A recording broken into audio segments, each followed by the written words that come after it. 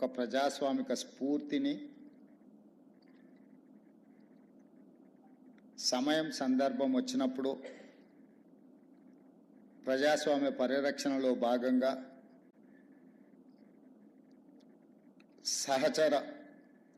సహజ మిత్రులైన కాంగ్రెస్ పార్టీని కూడా విధానపరమైన ఆలోచనల్లో విభేదించి ఈ దేశంలో ఉండే పేదలకు ప్రజాస్వామిక వాదులకు ప్రభుత్వం యొక్క విధి విధానాలు ఉపయోగపడాలి అని చెప్పి పేదల పక్షాన గలం విప్పిన సీతారాం ఏచూరి గారు మన మధ్యలో లేకపోవడం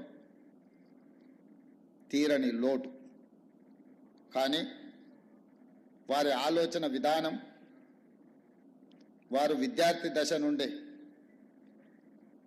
ఎస్ఎఫ్ఐ కార్యకర్త నుంచి సిపిఐఎం జాతీయ ప్రధాన కార్యదర్శి వరకు దశాబ్దాల కొద్దీ ప్రజా సమస్యల మీద, ప్రజాస్వామిక వేదికల మీద వారు మన యొక్క కీర్తిని, మన యొక్క గొప్పతనాన్ని ఈ ప్రపంచానికి సాటిండు అని చెప్పి నేను గర్వంగా చెప్పగలను.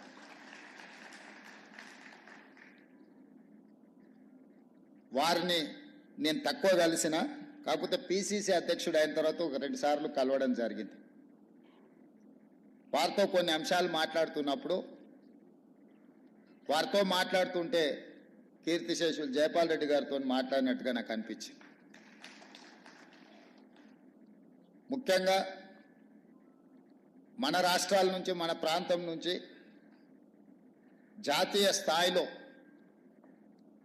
సిద్ధాంతపరంగా కానీ, విధానపరమైన ఆలోచన విధానంలో కానీ జైపాల్ రెడ్డి గారి సమకాలికులు సీతారాం ఏచూరి గారు అని చెప్పి మనం గట్టిగా చెప్పొచ్చు.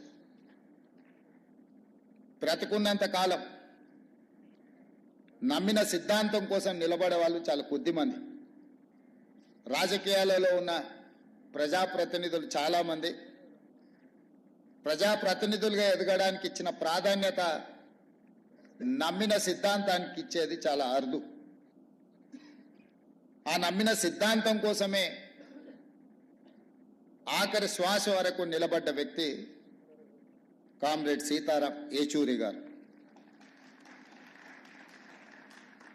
చాలామంది నేను ఈ దేశానికే అంకితం,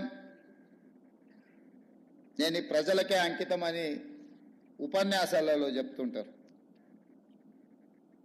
కానీ ఆచరణలో చాలా తక్కువ.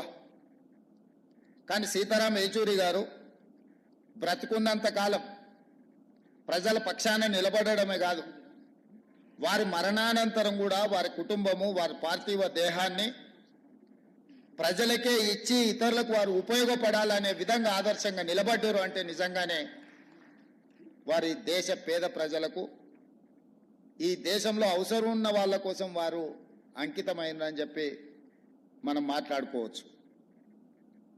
ఈరోజు విలువలు, సిద్ధాంతాలు అంతరించిపోతున్న సందర్భంలో,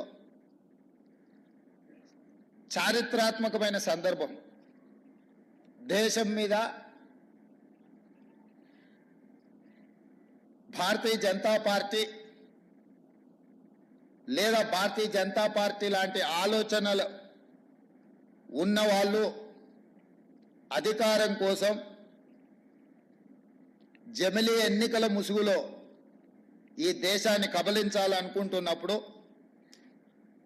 అత్యంత చారిత్రాత్మకమైన కీలకమైన సందర్భంలో సీతారాం ఏచూరి గారు లేకపోవడం ఈ దేశానికే తీరని నష్టము అని చెప్పి రాహుల్ గాంధీ గారు ఏ ఆలోచన, ఏ మాట అయితే చెప్పినరో నేను 100% ఏకీభవిస్తున్నా.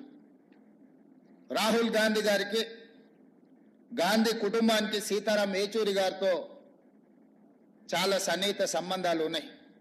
రాహుల్ గాంధీ గారు సీతారాం ఏచూరి గారిని ఒక ఫ్రెండ్గా, గైడ్గా, ఫిలాసఫర్గా, ఒక సిద్ధాంతకర్తగా బాగా ఇష్టపడతాడు.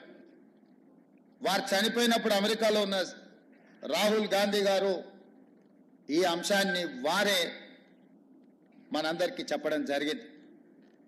ఈరోజు దేశ రాజకీయాలలో యునైటెడ్ ఫ్రంట్ ఏర్పాటు చేసినప్పుడు జైపాల్ రెడ్డి గారితో పాటు సీతారాం ఏచూరి గారు అత్యంత కీలకమైన పాత్ర పోషించి జాతీయ రాజకీయాలలో ప్రజల పక్షాన నిలబడాలన్న ఆలోచన చేసినప్పుడు వారు బాధ్యతాయుతమైన బాధ్యతను నెరవేర్చి ఇదే కాదు 2004లో UPA 1 UPA 2 Congress party communist ఇతర రాజకీయ పార్టీలను కలుపుకొని యూపీఏ 1 యూపీఏ 2 ప్రభుత్వాలను ఏర్పాటు చేసి ఫుడ్ సెక్యూరిటీ బిల్ కావచ్చు, రైట్ టు ఎడ్యుకేషన్ యాక్ట్ కావచ్చు, రైట్ టు ఇన్ఫర్మేషన్ యాక్ట్ కావచ్చు, ఉపాధి హామీ పథకం కావచ్చు, ఇవి దేశంలో చాలా విషయాలను సమూలమైన మార్పు తీసుకురావడానికి తీసుకొచ్చిన చట్టాలు. ఆ చట్టాలు తెచ్చిన సందర్భంలో, ఆ చట్టాల మీద చర్చ జరిగిన సందర్భంలో సీతారాం ఏచూరి గారు ఆ ప్రభుత్వ ఏర్పాటులోనే కాదు, పేదలకు అనుకూలమైన food security, right to education act, right to information act, పారదర్శకమైన పరిపాలన అందించాలంటే ప్రభుత్వం తీసుకునే నిర్ణయాలు ప్రజలకు అందుబాటులో ఉంచాలి అని రైట్ టు ఇన్ఫర్మేషన్ యాక్ట్ తీసుకొచ్చినప్పుడు వారు పోషించిన పాత్ర ఈరోజు మనం అందరం గుర్తు చేసుకోవాలి.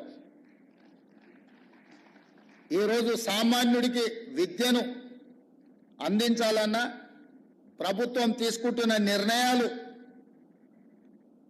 ప్రజలకు తెలవడానికి అవసరమైన సమాచార హక్కు చట్టాన్ని ఈరోజు ప్రజలకు అందించిన యూపీఏ 1 యూపీఏ 2లో సీతారాం ఏచూరి గారు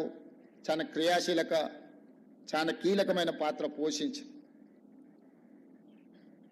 అలాంటి సీతారాం ఏచూరి గారు అధికారాన్ని నిలబెట్టుకోవడానికి భారతీయ జనతా పార్టీ తీసుకొస్తున్న రాజ్యాంగ మార్పులు కావచ్చు, రాజ్యాంగ సవరణలు కావచ్చు, రాజ్యాంగ సవరణ పరిపాలన పరమైన అంశం కాదు,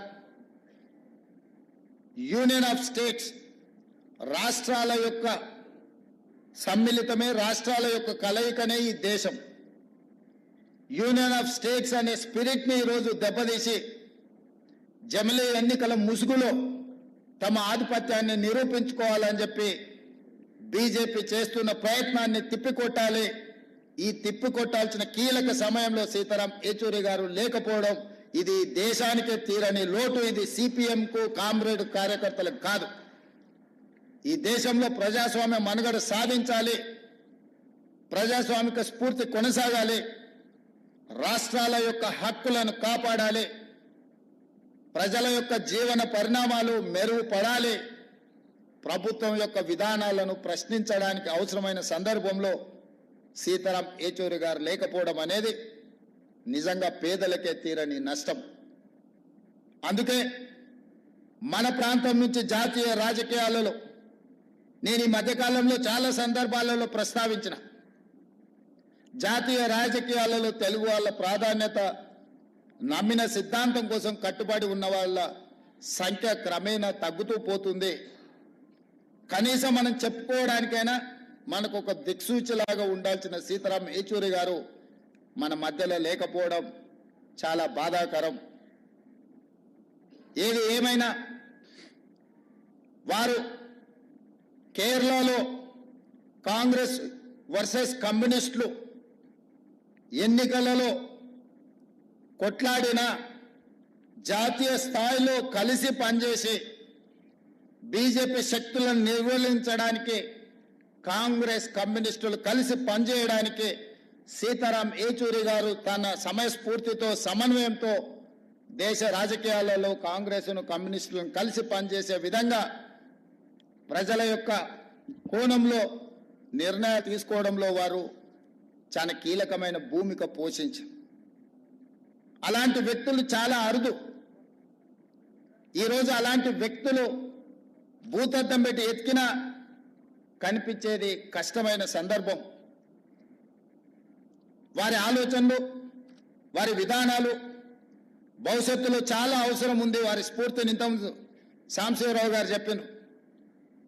వారు మరణించినప్పుడు దేశంలోనే ఉండే అన్ని మీడియా సంస్థలు ఈ దేశంలో ఒక ప్రధానమంత్రి ఒక గొప్ప స్వాతంత్ర సమరయోధుడు చనిపోతే ఏ విధమైన విశ్లేషణలు ఏ విధమైన చర్చా కార్యక్రమాలను తీసుకుంటారో సీతారాం ఏచూరి గారు చనిపోయినప్పుడు కూడా అలాంటి విశ్లేషణ అలాంటి కార్యక్రమాలను తీసుకున్నారు అని అంటే వారి యొక్క కమిట్మెంట్ విద్యార్థి దశ నుంచి స్టూడెంట్ ఫెడరేషన్ ఆఫ్ ఇండియా కార్యకర్త నుంచి జేఎన్యూలో ఆ తర్వాత రాజ్యసభ సభ్యుడిగా కావచ్చు సిపిఎం ప్రధాన కార్యదర్శిగా కావచ్చు లేకపోతే యునైటెడ్ ఫ్రంట్ కావచ్చు యూపీఏ కావచ్చు యూపీఏ 1 యూపీఏ 2లో కావచ్చు వారు చాలా క్రియాశీలక పాత్ర పోషించి అలాంటి వారు లేకపోవడం అలాంటి వారిని కోల్పోవడం ఇది సమాజానికే తీరని నష్టం. ఏది ఏమైనా వారు సూచించిన వారు పాటించిన సిద్ధాంతాలను ఈరోజు వారిని స్ఫూర్తిగా తీసుకొని కేంద్ర ప్రభుత్వం ఏదైతే జమిలీ ఎన్నికల్ని తీసుకురావాలనే ప్రయత్నం చేస్తుందో కేంద్ర ప్రభుత్వంలో రవనీత్ సింగ్ బిట్టు కేంద్ర మంత్రి ప్రధాన ప్రతిపక్ష నాయకుడు రాహుల్ గాంధీ గారి మీద వాడిన పదజాలం నరేంద్ర మోడీ గారు ఖండించకపోవడము ఆ మంత్రి గారి మీద చర్యలు తీసుకోకపోవడం అనేది బీజేపీ యొక్క ఫ్యాసిస్ట్ విధానాలు ఈరోజు కళ్ళకు కనిపించినట్టుగా మనకు ఉన్నాయి. ప్రధాన ప్రతిపక్ష నాయకుడి మీద వ్యాఖ్యానించే ముందు కేంద్ర మంత్రివర్గంలో ఎవరో సామాన్య కార్యకర్త లేకపోతే వీధి రౌడీనో అలాంటి మాటలు మాట్లాడిందంటే వేరు. నరేంద్ర మోడీ గారి మంత్రివర్గంలో ఉన్న మంత్రి ఇట్లాంటి భాష ఇట్లాంటి ఆలోచన విధానంతో మాట్లాడడము ఇది ప్రజాస్వామ్య స్ఫూర్తికి మంచిది కాదు. ఇట్లాంటి తప్పుడు విధానాలు ఇలాంటి భాషా ప్రయోగాలు చేసినప్పుడు ఒక జడ్జి లాగా వ్యవహరించే సీతారాం ఏచూరి గారు లాంటి లేకపోవడం మనందరికీ ప్రజాస్వామ్యానికి కూడా నష్టం అని చెప్పి నేను ఈ సందర్భంగా తెలియజేయదలుచుకున్నా. ఏది ఏమైనా జమిలీ ఎన్నికల్ని విభేదించడం జమిలీ ఎన్నికల్ని ఆ విధానాన్ని వ్యతిరేకించడం ఈరోజు భాషల మధ్య ప్రాంతాల మధ్య మతాల మధ్య చిచ్చు పెట్టి అధికారాన్ని కాపాడాలనుకుంటున్న భారతీయ జనతా పార్టీ విధానాలను సీతారాం ఏచూరి గారి యొక్క ఆలోచనలతో వాటిని నిలువరించాల్సిన బాధ్యత మన అందరి మీద ఉన్నది. ఆ విధానంతో మనం ముందుకు వెళ్దామని తెలియజేస్తూ మీ అందరి దగ్గర సెలవు తీసుకుంటున్నాను.